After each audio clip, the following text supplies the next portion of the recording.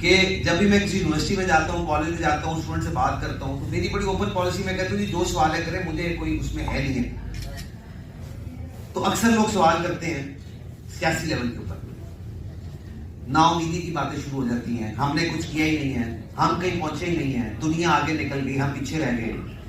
یہ نا امیدی اور مایوسی بڑی محنت سے ہم سب نے, معذرت ساتھ آپ نے, ہم نے, سب نے, جن کی نیچے اولاد ہے, بچے ہیں, جن کے بھائی ہیں چھوٹے یا بہنیں ہیں, یہ ہم سب نے بڑی محنت سے ان کے دماغ میں آہستہ آہستہ کر کے ڈالی ہے کہ ہم تو کہیں پہنچے نہیں ہیں. میرا سوال یہ ہے, میرا تعلق ناروال سے, ناروال کے ایک چھوٹے سے گاؤں سے میرا تعلق ہے. 1970s کے اندر ہمارا گاؤں جو ہے وہ ناروال شہر سے 4 کلومیٹر دور ہے. کوئی بیمار ہوتا ہے نا, اس کو چارپائی پہ ڈال کے نا ناروال لے کے جاتے تھے. ایک ڈاکٹر ہوتا ہے, شام کو 5 بجے دکان بند کر کے گھر چلا جاتا تھا, اور اس کے بعد نہ کوئی ڈاکٹر ملتا تھا, اور پھر آپ نے چارپائی بھی بندے واپس لے کے آنا, انتظار کرنا.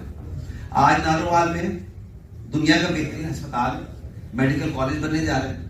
3 یونیورسٹیاں ہمارے پاس بن چکی ہوئی ہیں. ہمارے پاس انجینئرنگ یونیورسٹی ہے, ہمارے پاس یونیورسٹی آف ناروال ہے, ہمارے پاس یونیورسٹی آف ویٹرنری سائنسز ہے. جب میرے والد صاحب وہاں پڑھ رہے تھے تو اس ٹائم پہ ایک کالج ہوتا تھا, اور اس کالج میں داخلے کے بعد باقی سب کو ضلع چھوڑ کے دوسرے ضلعوں میں جانا پڑتا تھا پڑھنے کے لیے. کوئی سڑکوں کا نظام نہیں تھا, کوئی گریجویٹ بچے نہیں ہوتے تھے وہاں سے, کسی سے بھی کوئی سہولت موجود نہیں تھی. آج صرف ہوا یہ ہے کہ سارا کچھ, بہت ساری سہولتیں ہونے کے باوجود ہم نے اپنے اوپر یہ طاری کر لیا ہے کہ ہم نے شاید امریکہ سے مقابلہ ضرور کرنا ہے. امریکہ سے مقابلہ کریں گے, اس کو بنے ہوئے 400 سال ہو گئے, وہ بھی ہم کر کے دکھائیں گے انشاءاللہ, کوئی ایسی بات نہیں ہے. لیکن ہمیں یہ ضرور سوچنا چاہیے کہ اگر ہم اپنی آنے والی نسل کے اندر صرف مایوسی ڈالتے جائیں گے اور ہم ان کو صرف یہ بتاتے جائیں گے پاکستان میں رکھا کچھ نہیں, تو وہ بھی پاکستان چھوڑ کے بھی جائیں گے. پاکستان کا برین ڈرین بھی ہوگا. یہاں پر وہ ٹیلنٹڈ لوگ ہیں جنہوں نے دنیا میں اپنے آپ کو بنایا ہوا ہے, لیکن آپ کسی بھی معاشرے کے اندر لوگوں کے ذہن میں مسلسل کافی سالوں تک یہ بات سناتے رہے ان کو کہ ہون نہیں بچتے. یقین کریں کہ 44-45 سال میری عمر ہے, جب سے میں نے ہوش سنبھالا ہے, ہم نے یہ سنا کہ پاکستان کا پتہ نہیں اگلے سال کیا ہونا ہے. الحمدللہ نہ ہم کہیں جا رہے ہیں, نہ کہیں ہم جانے والے ہیں. یہ ملک قائم و دائم رہے گا انشاءاللہ. مجھے امید ہے ہماری اگلی جنریشن ہم سے زیادہ ڈائریکشن, ان کو ہم سے زیادہ پتہ انہوں نے کیا کرنا ہے. صرف ان کی ڈائریکشن ٹھیک کرنے کی بات ہے, ان کو صرف بتانے کی ضرورت ہے کہ ہر چیز میں اختلاف رائے ضروری ہے, ہونا چاہیے, اس کا ایک طریقہ ہے, اور ہمیں اس طریقے کے تحت ہی کرنا چاہیے. ہمارا فرض نہیں بنتا کہ ہم اپنے بچوں کے ہاتھوں میں پتھر پکڑا دیں یا ان کے ہاتھوں میں بندوقیں پکڑا دیں. ہمارا فرض بنتا ہے حکومت کے طور پہ کہ ہم اپنے بچوں کے ہاتھ میں لیپ ٹاپ دیں, ان کے ہاتھ میں یہ اسکالرشپس دیں, ان کے ہاتھ میں وہ مواقع دیں کہ وہ اس ملک کو آگے لے کے جا سکیں. تو میری آپ سب سے درخواست ہے کہ جہاں موقع ملے, جہاں پہ ہماری کمی کوتاہی ہمیں ضرور بتائیں, لیکن جہاں کو اچھا کام ہو وہ بھی ضرور ذکر کریں. اور جو اگلی جنریشن ہے ان تک پیغام پہنچانے کا سب سے بڑی ذمہ داری آپ لوگوں کے اوپر ہے, تاکہ اگلے سال اس ٹائم پہ جب ہم یہاں پر واپس دوبارہ آئیں تو آپ کی بسیں آپ کی سڑکوں پر موجود ہوں. ابھی تقریباً 52 ارب روپے ہمیں مختص کیے گئے ہیں اس سال کے بجٹ کے اندر, جس کے ذریعے ہم 680 بسیں منگوا رہے ہیں. سب سے بڑی بات یہ ہے کہ ہم اب پرانی ٹیکنالوجیز نہیں منگوا رہے, ہم ڈیزل بسوں پہ نہیں جا رہے, ڈیزل ہائیبرڈ پہ نہیں جا رہے. پوری دنیا الیکٹرک بسوں میں جا چکی ہوئی ہے, ماحول دوست بس ہے, اور اسی کی آج کے دن میں ریکوائرمنٹ ہے جو کہ ہر شہر میں آنی چاہیے. ہمارے سارے شہر, صرف لاہور نہیں, یہ اسماگ اب خالی لاہور کا مسئلہ نہیں رہ گیا. آپ نے دیکھا کہ اس دفعہ تو راجن پور تک گئی ہے, اسلام آباد تک چلی گئی ہے. جب تک ہم چھوٹی چھوٹی انٹرونشنز نہیں کریں گے تب تک آپ سمجھیں کہ ہم اس کے اوپر قابو نہیں پا سکتے. اسماگ کے اوپر قابو پانے کا جو بھی عمل شروع ہوگا وہ 10 سال کا عمل ہوگا, اور پھر جا کے ہم اس کو کم کر سکیں گے. تو ہمیں 52 بلین روپیز سی ایم صاحبہ نے دیے, جس کے اندر ہم 680 ماحول دوست بسیں منگوا رہے ہیں. اس میں ان کے ڈپو بھی بننے ہیں. اس کے اندر ہماری 300 بس جو ہے وہ لاہور میں چلے گی, ہماری 102 بسیں جو ہے فیصل آباد کے اندر چلنے جا رہی ہیں, ہماری 100 بس ملتان میں چلے گی. اس طرح 110 بسیں جو ہماری ہیں وہ ہماری راولپنڈی میں چلے گی, اور ہماری 42 بسیں جو ہیں وہ بھاولپور میں چلنے جا رہی ہیں.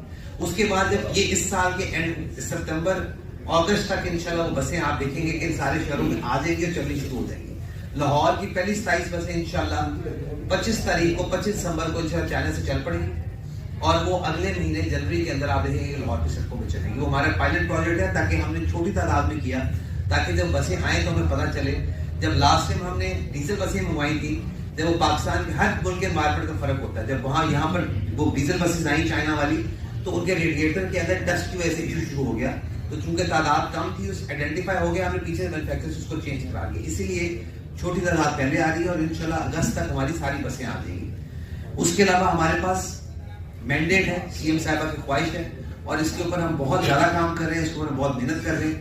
ہماری ایک ڈسکشن ہوئی آپس میں میری اور سی ایم صاحبہ کی, اس کے اندر ہم نے ڈسکس کیا کہ ہم نے اپنے جتنے ہوائی اڈے ہیں ان کو تو ہم نے وی وی آئی پی بنایا ہوا ہے, اور اگر ہم ان کے ڈیلی پیسنجر کی تعداد دیکھیں تو وہ 10-15 ہزار سے زیادہ نہیں ہو سکتی.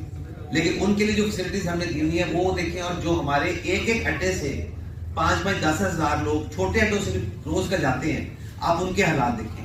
نہ وہاں پہ صحیح باتھ روم ہے, نہ وہاں پہ شیڈ ہے, نہ وہاں پہ ویٹنگ روم ہے, نہ وہاں پہ کوئی مسجد کا پراپر صاف ستھرا نظام ہے, نہ وہاں پہ کوئی ایسی کینٹین ہے جہاں سے بندہ صاف کھانا کھا سکے. تو وہاں پر ہم نے اس نے فیصلہ کیا کہ ہمارے جتنے بھی بی کلاس اڈے اور ڈی کلاس سی کلاس اڈے ہیں ان کو ہم اپ گریڈ کریں گے. اس کی ہم نے شروع کیا تو ہم نے سب سے پہلے فیصلہ آباد کا اڈا کیا, اس کو رینوویٹ کیا. اس پر ہم نے ایک راولپنڈی کا اڈا اپ گریڈ کیا ہے. وہ ہمارے پاس ایک سیمپل کیس آ گیا کہ ہم اس کو کس طریقے سے بنایا جا سکتا ہے.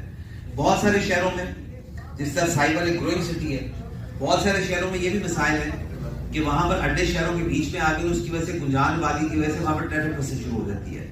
سائبر کا ایشو یہ ہے کہ یہاں پر اڈا خالی 6 کنال کے اوپر ہے, باقی ہر بڑے شہر کا اڈا جو ہے وہ کوئی 100 کنال پہ, 50 کنال پہ, 300 کنال کے اوپر بھی ہے.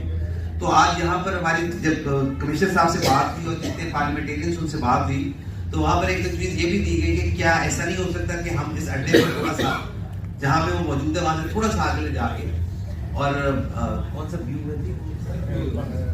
ویو ریسٹورینٹ اس کے پاس کوئی جگہ لے کر وہاں پر ہم ایک پراپر ایک بڑا اڈا بنائیں. مجھے پتا ہے کہ پی ایس آئی پی کے تحت یہاں پر پہلے ایک اڈا ڈیزائن ہوا, لیکن وہ پی ایس آئی پی میں سے اس کو ہٹا دیا گیا. وہ ایک علیحدہ پروگرام ہے. ابھی ہماری جو لوکل گورنمنٹ ہے یا ہماری جو ٹرانسپورٹ ڈپارٹمنٹ کو ایگزسٹ نہیں کر سکتے, ہم نے اکٹھے مل کے چلنا ہوتا ہے. اس کے اندر جو سارے حکومت کے معاملات چل رہے ہوتے ہیں اس کے اندر صحافی برادری جو ہے وہ آپ سمجھے کہ ہمارے لیے جس طرح کلاس میں ایک مانیٹر ہوتا ہے نا, آپ لوگ ہمارے لیے مانیٹر کا کردار ادا کرتے ہیں. جہاں پہ کوئی کمی کوتاہی ہوتی ہے آپ لوگ اس سے ہمیں آگاہ کرتے ہیں, کیونکہ حکومت جو مرضی کر لیں ہمارے پاس وہ وسائل تو نہیں ہے کہ ہم ہر ٹائم ہر جگہ پہ ہم دیکھ سکیں کہ کیا ہو رہا ہے. تو ہماری آنکھیں بن کے, ہمارے ہاتھ بن کے, ہمارے بازو بن کے آپ ہمیں وہ چیزیں بتاتے ہیں. اور الحمدللہ مجھے فخر ہے اس بات کا کہ میں اس حکومت کا حصہ ہوں کہ جہاں پر آپ کی جو بھی ہمیں شکایت موصول ہوتی ہے اس کے اوپر فوری طور پہ عمل کرنے کی کوشش کرتے ہیں کہ جو مسئلہ آپ آئیڈینٹیفائی کیا ہم اس کو ختم کریں. آج میں پہلے جس طرح میرے بھائی نے کہا میں سائبر پہلے میرا چکر لگا, لیکن آج تو میں خاص طور پہ اس لیے آیا تھا تاکہ ہم اپنے محکمے کے حوالے سے جو کام چل رہے ہیں اس کے اوپر ہم کوئی تھوڑا سا اسپیڈ کو تیز کیا جائے. تو آج کمشنر آفس میں ہماری میٹنگ ہوئی, بہت اچھی میٹنگ ہوئی. وہاں پہ سارے کمشنر صاحب موجود تھے, آر پی صاحب موجود تھے, اے سیز موجود تھے, ڈی سیز موجود تھے, سارے پارلیمنٹیرین موجود تھے, ایم این ایم پیز موجود تھے. آن لائن میں ہمارے ساتھ اوکاڑا سے بھی ہمارے پارلیمنٹیرین موجود تھے, کمشنر ڈی سی صاحب موجود تھے. اسی طرح پاک پتن سے بھی سارے پارلیمنٹیرین اور وہاں کے ڈی سی اور ایکو موجود تھے. دیکھیں مقصد تو یہ ہے کہ اگر ہمارے پاس پاکستان مسلم لیگ نون کے پاس حکومت آئی ہے تو ہم عوام کے لیے کوئی بہتری پیدا کریں. یہ ٹرانسپورٹ کا سیگمنٹ ایک ایسا سیگمنٹ ہے کہ جس کو کبھی بھی نون لیگ کے علاوہ کسی نے سیریس نہیں لیا. ایک زمانے پر پی ایس کی بسیں چلتی تھیں, معاملات بہت بہتر چلتے تھے, لیکن آہستہ آہستہ کرتے ہوئے سارے معاملات آپ نے دیکھا کہ ٹرانسپورٹ سیکٹر کا بیڑا گرک ہی ہو گیا. کسی نے ٹرانسپورٹ سیکٹر پہ توجہ نہیں دی. جو 2-3 شہروں میں میٹروز بنی وہ آپ کے سامنے ہیں, وہاں پر جو وہ خدمت کر رہی ہیں وہ آپ کے سامنے ہیں. اب تک ہم, میں فخریہ طور پہ بتاتا ہوں کہ 2011 میں پہلے میٹرو بنی تھی. آج کے دن تک 1.45 ارب لوگوں کو ہم ٹرانسپورٹ کر چکے ہیں پوائنٹ اے سے پوائنٹ بی, جو کہ انڈیا کی آبادی سے بھی بڑھ کر ہے. تو ہمارے لیے کوئی چھوٹی بات نہیں ہے پاکستان جیسے ملک کے اندر. لیکن وہ انہیں 3 شہروں کے لیے ہے. تو جب سی ایم صاحبہ نے اپنا حلف اٹھایا تو انہوں نے اپنا ایک مینڈیٹ بنایا کہ ہماری کوشش تو ہونی چاہیے کہ پنجاب کے ہر شہر کو ہم بہترین قسم کا ایک لوکل ٹرانسپورٹ کا نظام دیں. لیکن ہمارے مسائل آپ لوگوں سے بہتر کوئی نہیں جانتا کہ بہت کم ہے. ہم بہت سی مشکلات پہ گھرے ہوئے ہیں, ہمارے اوپر آئی ایم ایف کے پہلے لگے ہوئے ہیں, اور جو پچھلے 4-5 سال میں پاکستان کا باڑا کیا کہ ہماری کمر توڑ دی گئی ہے. لیکن الحمدللہ اس کے باوجود ہمارے پاس مینڈیٹ ہے اس ٹائم پہ کہ جتنے ہمارے 9 ڈویژنز ہیں ان سب کے ڈویژن ہیڈ کوارٹر کے اندر تو کم از کم ہم نے پوری پبلک ٹرانسپورٹ کا ایک منظم نظام بنا کے. سر کرائے کے بارے میں بات کرنی تھی کہ جو ٹرانسپورٹ کا کرایہ ہے اس میں مختلف ہے, وہ بہت زیادہ لے رہے ہیں, اس میں جب پیٹرول زیادہ ہوتا ہے تو بڑھا دیتے ہیں, جب کم ہوتا ہے تو کم نہیں کرتے. اس کے بارے میں تفصیل بتائیے گا. اچھا, اس کے اندر تو ہم نے جی بڑی ورکنگ کی, بڑی کوشش کی. یہ جب بھی ہمارا کرایہ کم ہوتا ہے تو میں تو خود روڈ پہ نکلتا ہوں, ساتھ اپنی آر ٹی ٹیمس کو لے کے کوشش کرتے ہیں کہ اس کو کنٹرول کیا جائے. میری اس کا درخواست یہ ہے کہ ہمارا نا ایک ٹرانسپورٹ کا ہیلپ لائن نمبر ہے جو کہ واٹس ایپ نمبر بھی ہے. دیکھیں میرے پاس ہر ضلع میں نا 4 بندوں کی ٹیم ہے جو کہ میرے ساتھ آپریٹ کرتی ہے, S secretary, R T As, inspectors اور سارے موٹر وہیکل ایگزامنر سارے کر کے. ہم ہر جگہ پہ ہر ٹائم پہ نہیں پہنچ سکتے.